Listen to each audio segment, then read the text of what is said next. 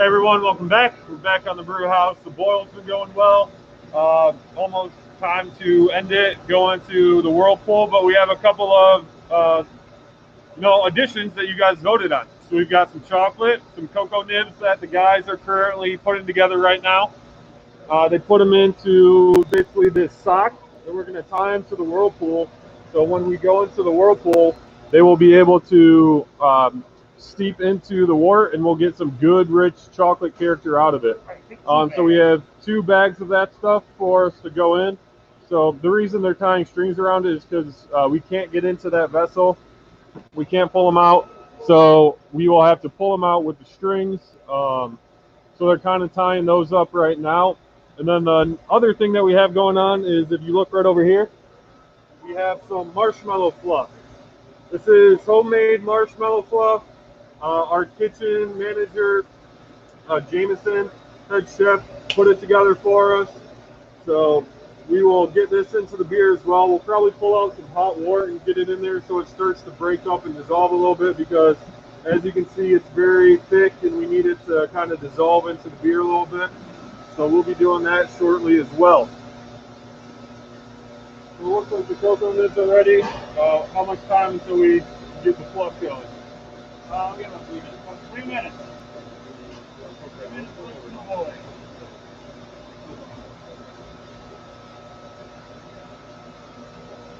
So in 3 minutes, we will cut the kettle, we'll stop the boil, we'll pull a sample so that we can test it post-boil. So it's the same thing, we're testing the pH and we're testing the gravity of the beer. And then we will start knocking out into the whirlpool. Once we get that going, we'll have you guys look in there, because it gets very steamy very fast. So if you want to come this way and kind of take a peek inside. Okay.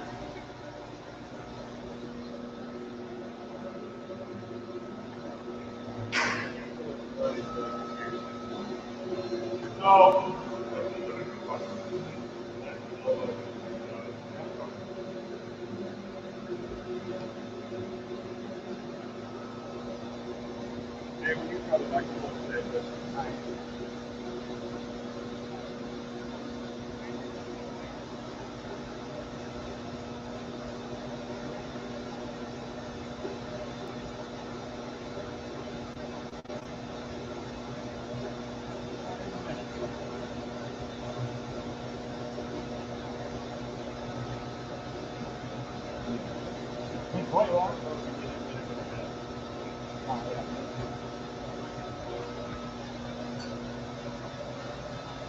Oh, that's quite good.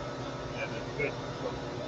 Usually smaller batches, you get a lot more better efficiency out of it. So what are you guys talking about here?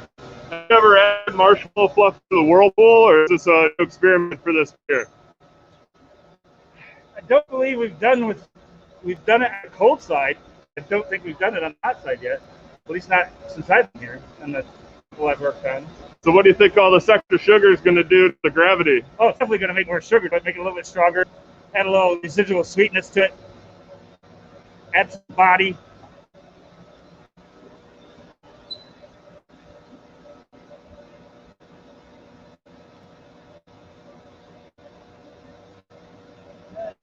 So you can kind of see that it's lower in the kettle because of the evaporation rate. So that liquid overall has gone down because you've evaporated so much water out of it.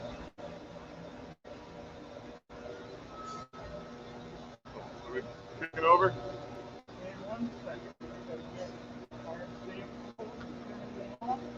That's your light.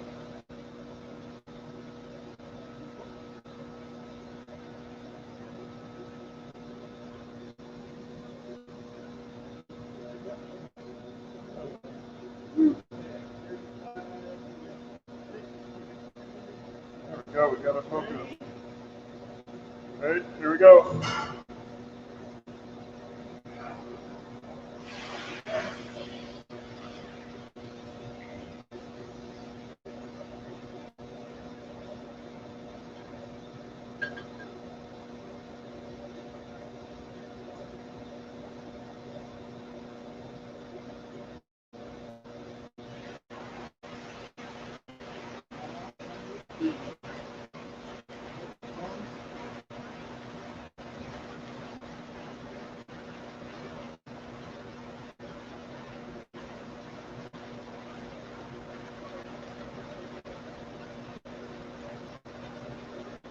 All right, that's gonna about wipe it out.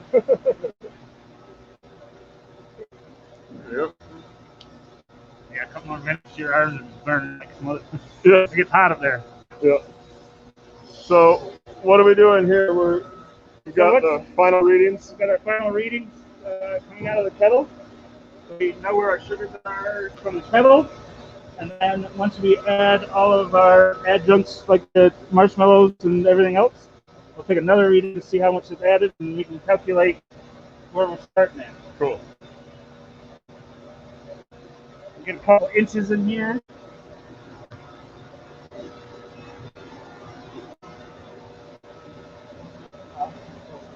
There you go. Okay, ready? Going fishing with cocoa nibs.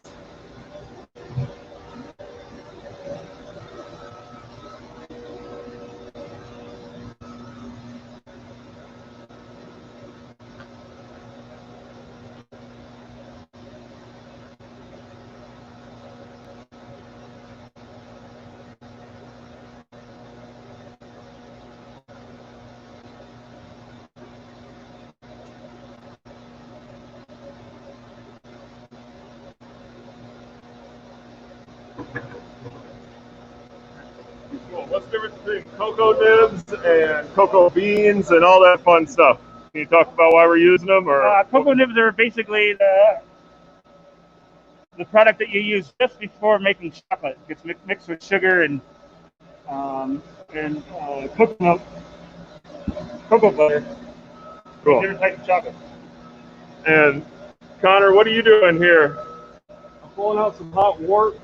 We're going to put it into the marshmallow fluff to help it start dissolving as we can mix it out. Otherwise, it's going to be extremely hard to dissolve in the whirlpool. So basically, we're doing the exact same thing as when we throw it in the whirlpool, but this is going to help us to get it out of the pot a lot easier. And that smells incredible. You guys like that?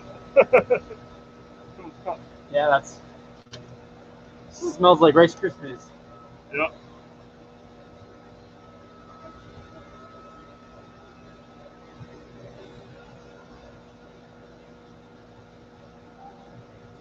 That smells so good. Like Count Chocula. Yeah. Look at that. That's a lot more liquid. All right, that's the last one because I can't reach it anymore. Okay.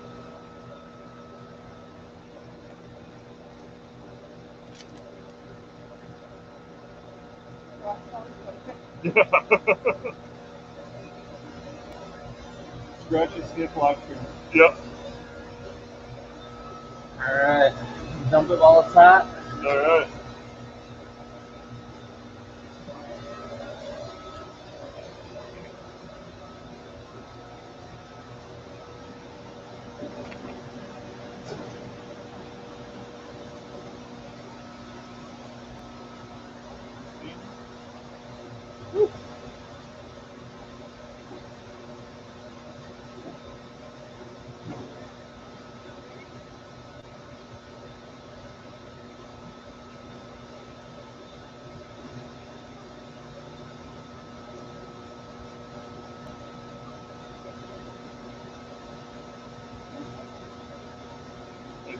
The things get a little wet.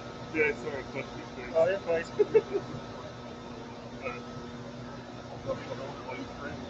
Yeah, it's steam is freaking hot, obviously. Talking to the mic.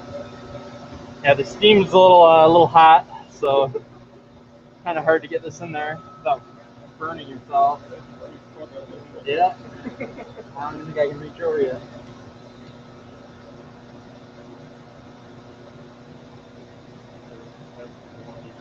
You want to tell them how many barrels we're brewing?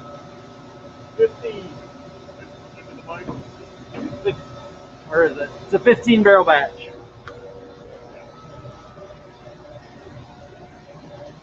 So what's that going to mean taste-wise? And how can they buy it? We will be splitting this between draft and package. So we'll be selling these as 16-ounce 4-pack cans. I think we'll have about 60 cases, and the rest will go draft so that people can drink it in the pub as well. Whew. too hot.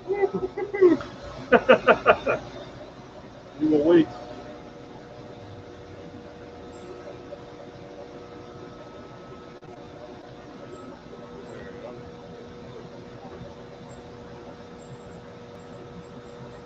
About how many pounds of marshmallows is this? I believe this was 20 pounds of marshmallows. So many marshmallows.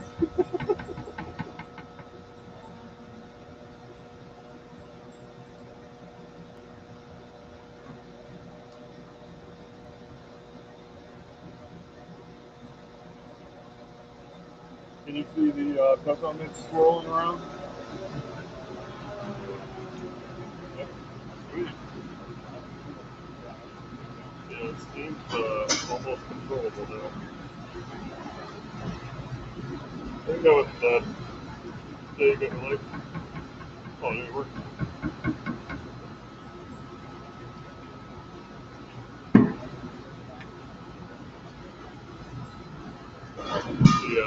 The black wart just absorbed all the light. Looks like pretty big in here. Okay. What?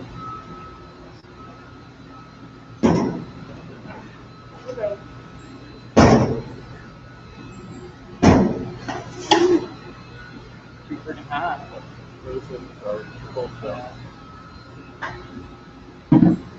As it fills up more, we'll get some more wort in there, and then we can dump the rest in.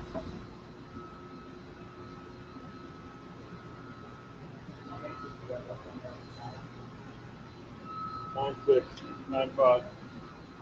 Let's get that pump down to 75 there in the bottom. Right here. Oh, how long are we going to spin this one for? This one is going to be about another 15 minutes spinning in there, just to make sure everything gets all mixed up.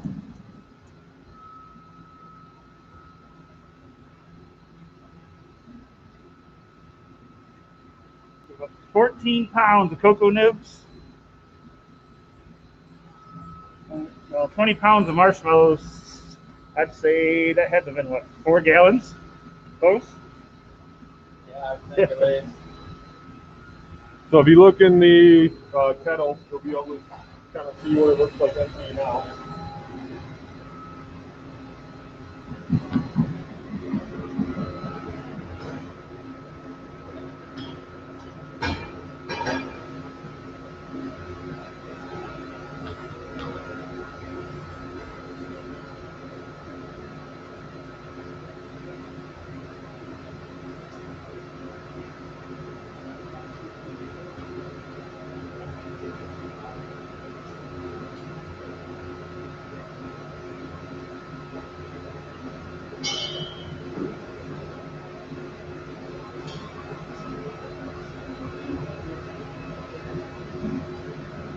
You get ready?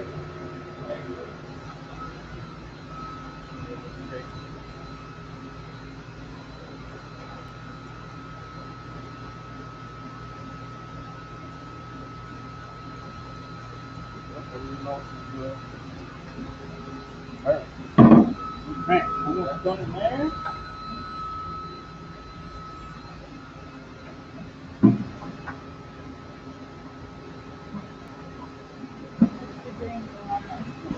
Can we repeat the grain bill? Okay, so our grain bill is our base grain, base pale ale malt. We got a little bit of Crystal 120 and Crystal just Crystal 60 for a little color. Caro Pills, Caro Malt, chocolate wheat, Munich, roasted barley, and flaked oats. And we'll put a link for you to the homebrew page on our website as well. Getting near the bottom here. Try to take out as much liquid as I can. And we're gonna call that good.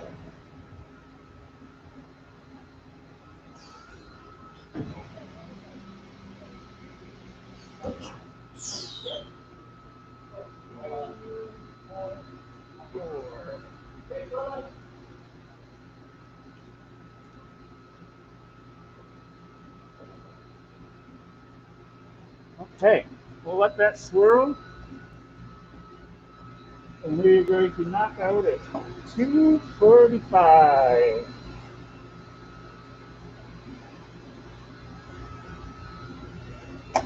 Right. Over there.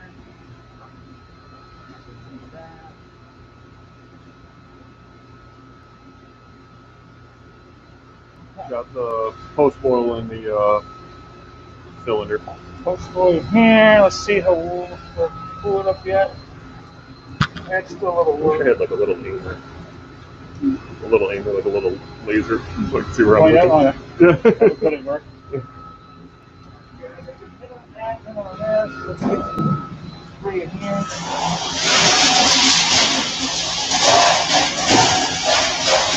Feel that leftover hot. Oh, hey, Connor. So, how'd you get started in beer? Did you start off as a home brewer? I did not. No, I started off as a employee at a local wholesaler. I worked on a beer truck after graduating high school, delivering beer. And then the next year, I worked as a merchandiser. So I was going into stores, filling shelves on chain floors and bigger party stores and stuff like that. The next year, I was a swing sales rep for the same distributor. And then the year after that, I was kind of interested in how beer was made, so I got hooked up with an internship at Oscar Blues in Longmont, Colorado. Did a summer out there interning, and then the next year, in between school, I went down to Miami, Florida, and did an internship at Concrete Beach Brewing. And then my last year at Grand Valley, I got an internship here at Perrin, and then graduated and started work the next Monday. Cool. Jay, how'd you get started in beer? I got started as a home brewer. My good friend Jeff came to me and asked me if I wanted to help me make beer. I went downhill from there. Went from a hobby to every weekend to almost 3-4 times a week to I was showing up on my own time helping clean mash tuns until they finally gave me a job. Lindsay, how about you? I have done one homebrew in my life. I wouldn't say it was great. Only I consumed it. I did not share it with anybody else. But never would have I thought I'd be in the beer industry. Like I said, I've been here 4 years as the marketing director. Fell in love with it. I'm hoping to actually dive into maybe this recipe on my own. So we'll see how it goes. I don't brew beer. Something catastrophic happens every time. But to subsidize my beer habit, I figured I should probably start selling it. So here we go.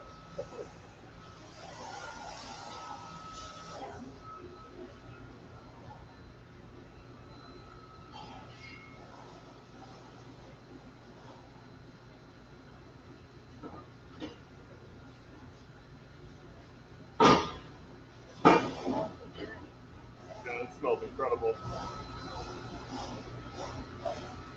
Who says you can't release the stout in the summer? In that whole East Coast over there, all year long, tasty stuff as well. Yeah.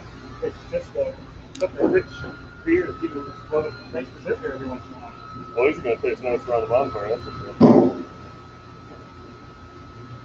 Well, one thing we did a little different on this one is instead of a smoked malt or something to add a smoke flavoring to it, we're allowing the malt itself naturally. Some of the dark malts automatically have a smoky kind of character to them. So instead of overdoing that, we're letting the sweetness come through and the malt kind of make up the smoke. Sweet.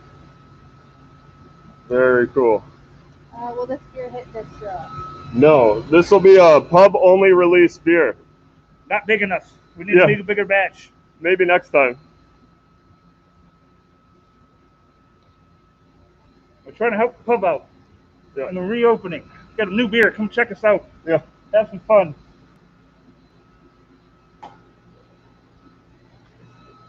Okay. Looking good there. About 10 minutes on that. What we can do, we can show what's going to happen next. We're going to go down heat exchanger hose all the way up. We're going to hook the hose up to the vents. Now, is this reading pre or post marshmallow? This is pre-marshmallow. Pre-marshmallow. Pre-marshmallow, we should be.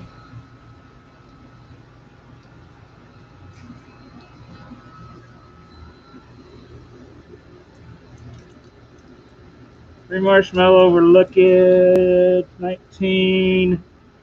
Oh, let's go a spin here.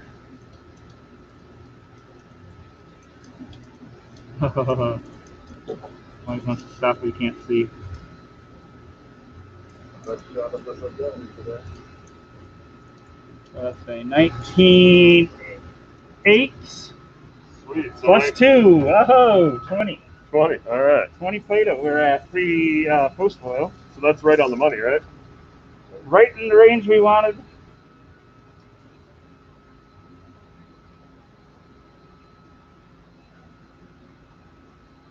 Okay. Not pre-marshmallow. I bet you we probably bumped it a good point or more. Let's do this.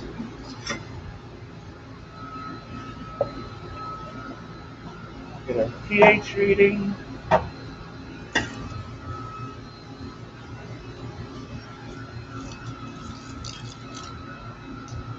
I don't want to do that.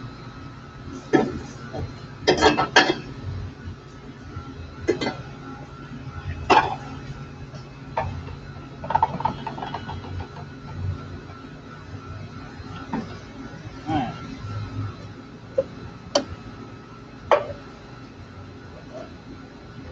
Okay, let's get our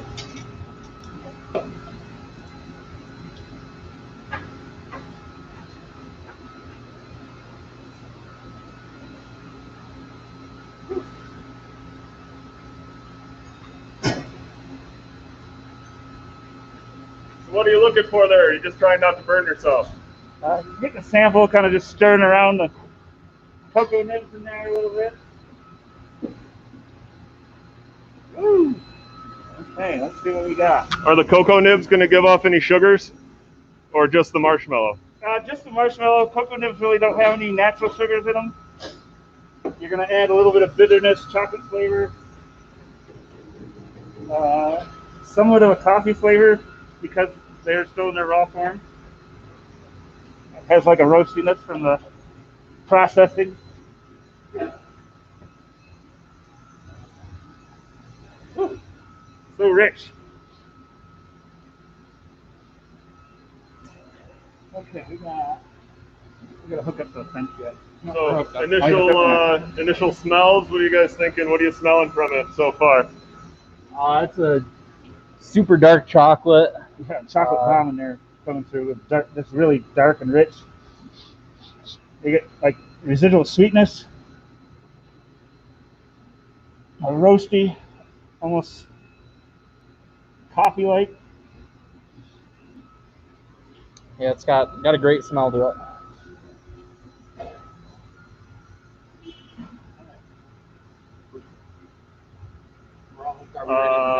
Hey, so can you whirlpool home brewing? Yes, you can whirlpool home brewing with a pump, And when? or if you whirlpool with a pump, get a spoon and stir the hell out of it. That's what I used to do.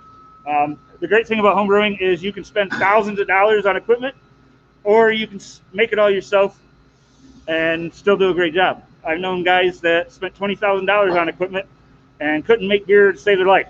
And then I met guys that literally had buckets they found on the side of the road, and it was amazing until you saw their equipment and like, that's kind of sketchy. But it still tasted great. So do you want to do that while you're cooling the wort, or during, or before? Just before cooling the wort. Cool. You kind of want to stir it around, get all that trube in the middle.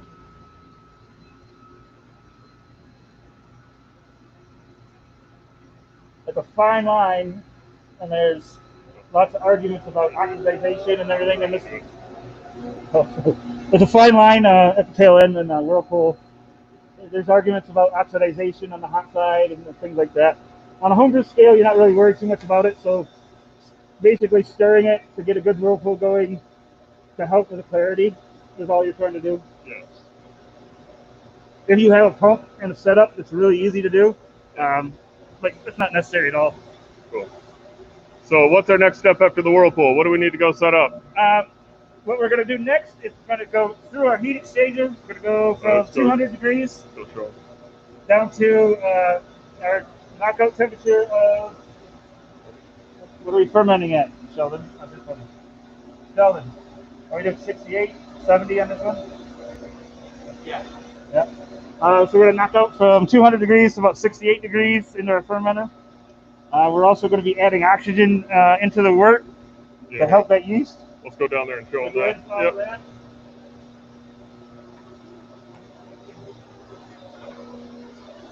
All right.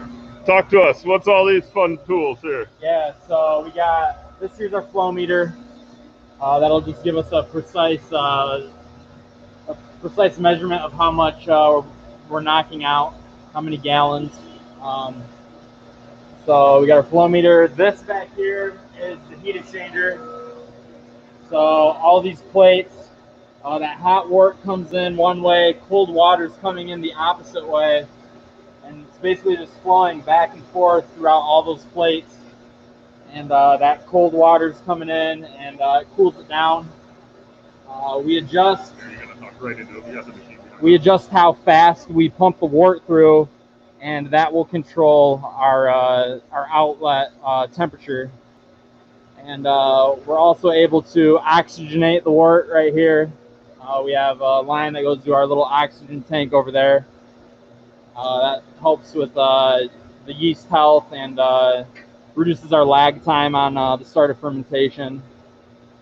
So people say that oxidized beer is bad. Why are we adding oxygen to it before it ferments? And does it go away, or what does that do? Yeah, so adding oxygen at this point is all for yeast health.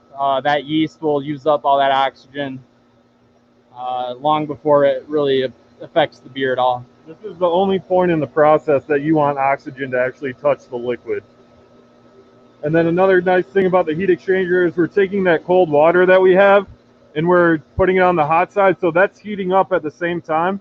So then we take that hot water at the end and we put it back into our hot liquor tank so that we're reusing that water and we're not just dumping it down the drain. Cool. So then after all of that, it goes through this product hose and down to our tank at the end of the brewery. So can we go visit the tank that we're going to put it in? Sure. All right. Oh, here's some. Look at that. Fresh grapefruit right there.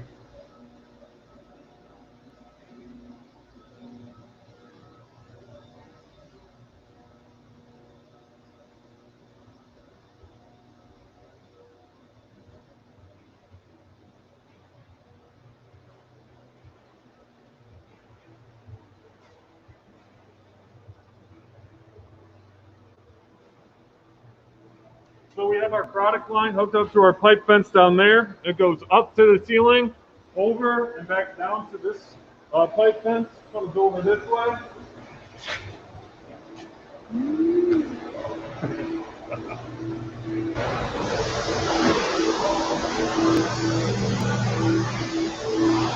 It comes into our tank. So we have all the valves shut right now because we don't want anything going in, but we have already sanitized this tank and pitched yeast into it. So we will fill it with the wort, and then the moment that it touches yeast is when it's considered beer. So we'll be knocking out pretty shortly, I think, so we can head back up to the brew house and we'll show the knockout process. Then we'll run down here and show you how we get it into tanks.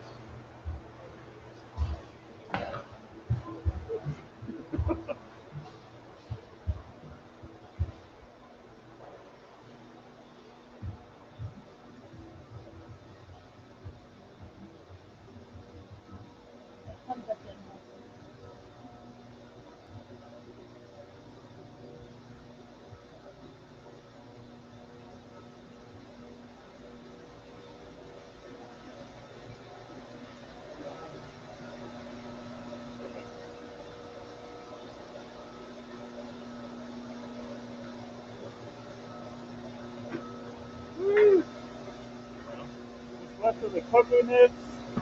Woo! So those are some more serious gloves than before, huh? A little bit more. Yeah. I can It's still about 200 degrees. So I gotta be very careful with it. Okay. We are all set there.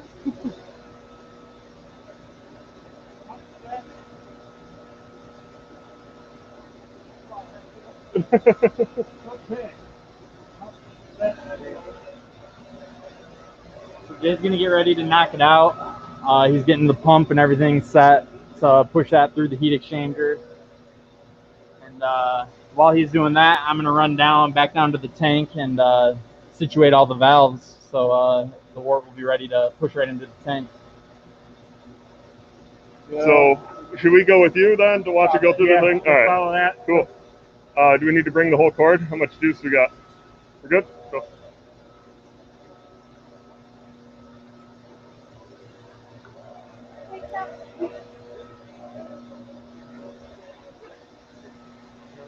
You guys want to just start walking towards the tank? All right, let's run. We're gonna run along the hose again. Okay. So Here we go.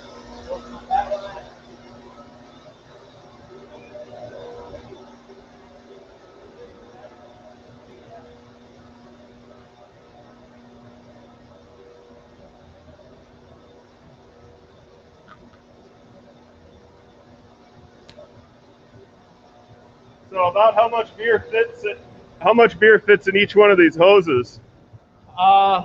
we estimate there's about 30 gallons or so in our hoses at any given time. So we're pumping.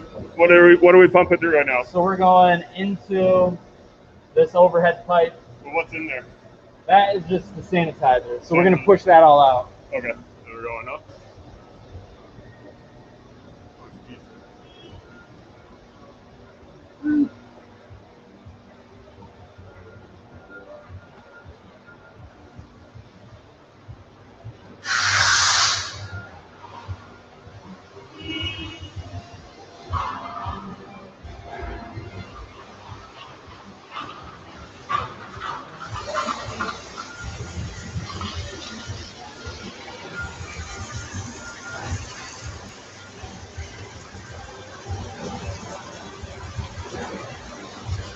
So we're just chasing all that sanitizer back out of the line. Once our sight glass turns the beer, we usually give it like 5 to 10 seconds to flush it out, make sure that we're not pushing any sanitizer into the tank.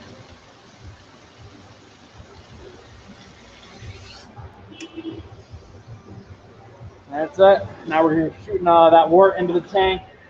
The cellarman earlier prepped this. It's filled with yeast already. So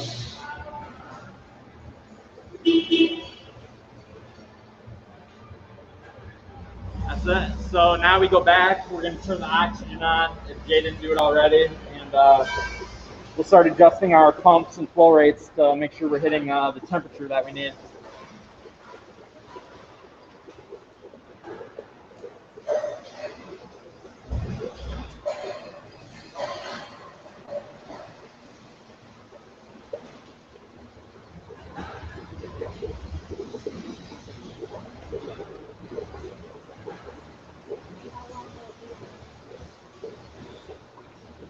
So, well, our knockout takes, batch this size, it'll probably take us about 20 to 30 minutes to knock it out completely.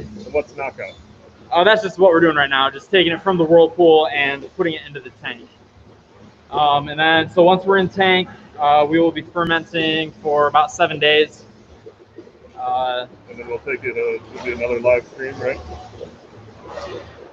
That's planned. I'm not sure. We'll do primary fermentation, and then after about 7 days, we'll cold crash the tank, so it'll drop all the yeast out solution. We'll give it a taste, and then if we want to touch it up with any more chocolate, marshmallow, vanilla, that kind of stuff, we'll definitely put the vanilla in on the cold side after it's been crashed. So we can do another live stream with that as well. And you can see through the sight glass there, it's starting to bubble, so it looks like Jay turned the oxygen on for us back in the brew house. Stop there.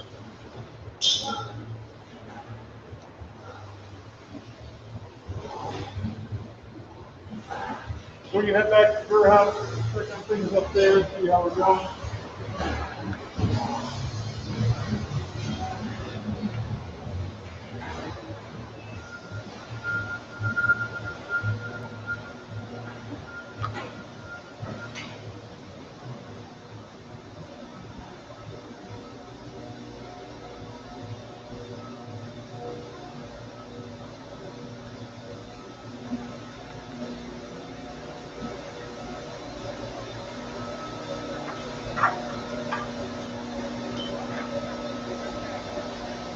So is this total gallons or gallons per minute? GPM, so that's gallons per minute. Sweet. So what's this valve over here going down? That's our temperature. So Jay's going to look at the temperature and adjust the heat exchanger so that we're knocking out at the proper temperature. We're around 68. We're shooting for around 68 degrees. So I'll keep it between 66 and 68. It's starting to get a little cold.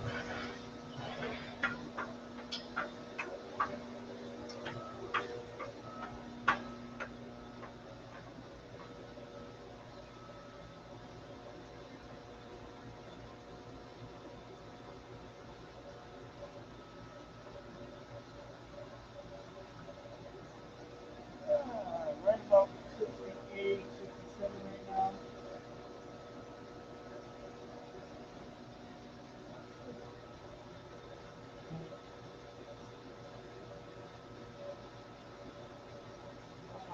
We are going into tank 26.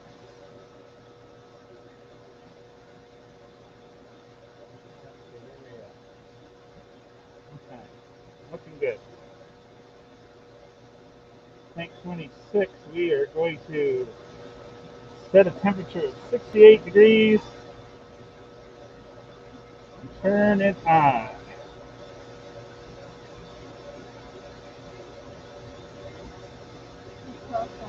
Yeah. No, that's just these right here. Yeah, we're big fans of the smell so far, so.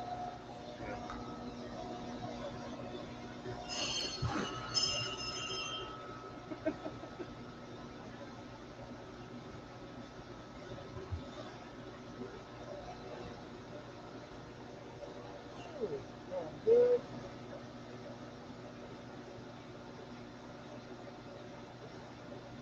We got any viewers out there brewing today along with us?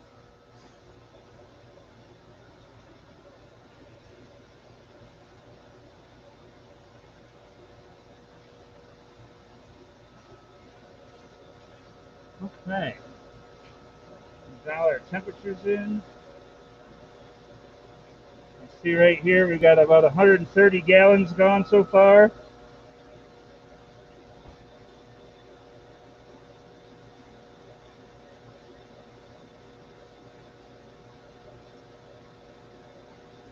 Got our temperature a little cool, but we're starting to warm back up. There she goes.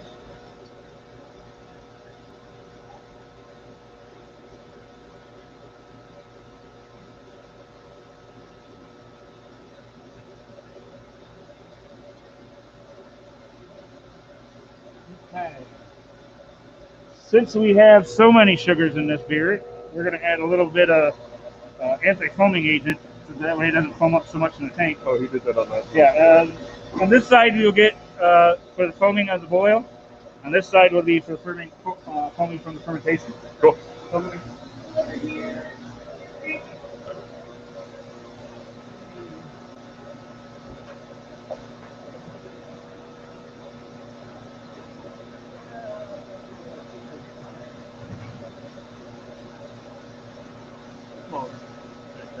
Yeah. Those are cocoa nibs from Ecuador. Oh, Ecuadorian. There you go.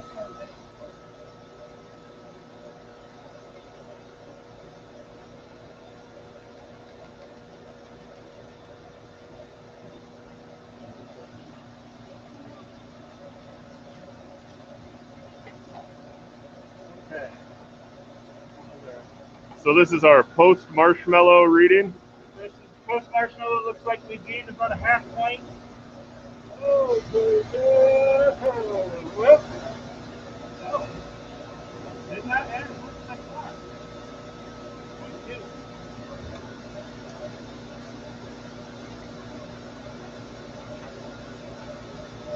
I thought for sure we'd get more sugar out of it, but that might be some residual sugar.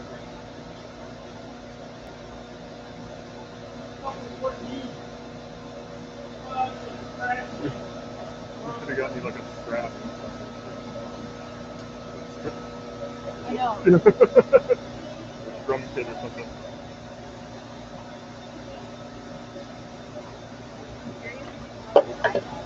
Okay, so you just try it on your hand.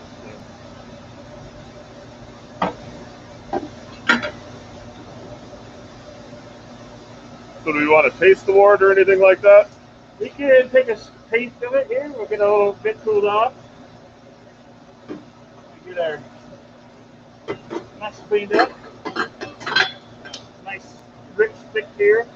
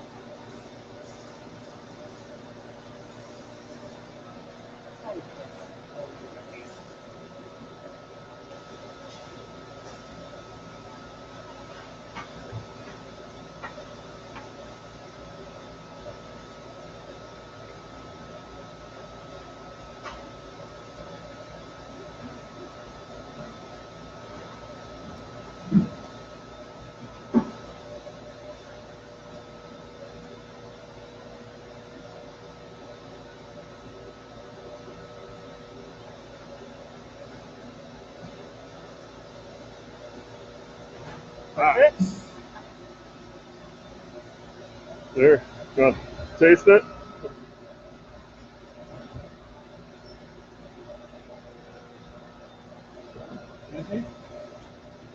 We're gonna see how much sugar's in this thing.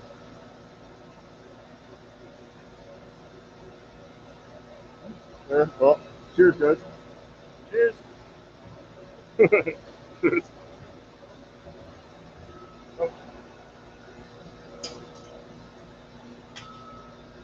That's gonna be sweet. That's pretty bitter too. Yeah, it's got that bitterness from the roastiness. Yeah. Oh, sorry. Almost like a malted milk coffee combination kind of thing.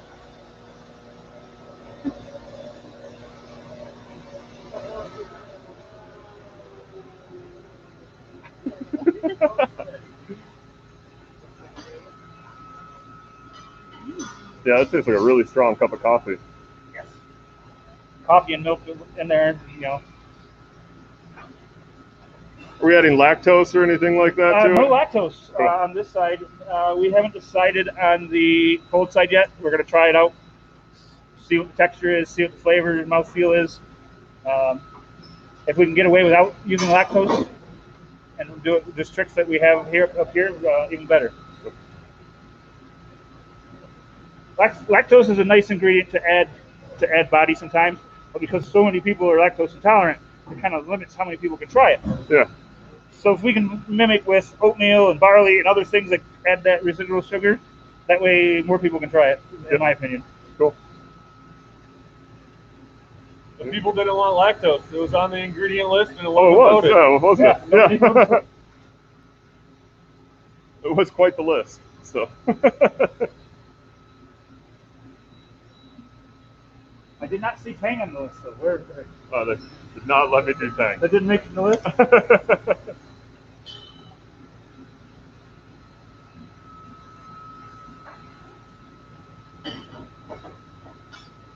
So do the brewers drink RO water or tap water? It depends on what tap we're getting it from, whatever's closest. We do use RO water to make oatmeal in the morning with flaked oats. Nice. Sometimes we'll eat barley. Yeah. Some of us are weird and just eat a handful of barley. I don't know if we take up though in the morning.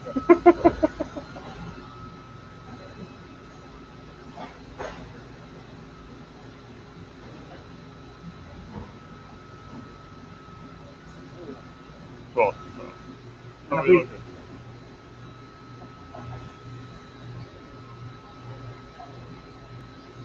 Oh, good. We're getting about halfway down right now. 320 gallons over. So should we do a sign off and say that we'll update for when the next part of the process is? Yeah, Cool. pretty much everything Yeah, else is just kind of slow. More, you guys got part of the lab already.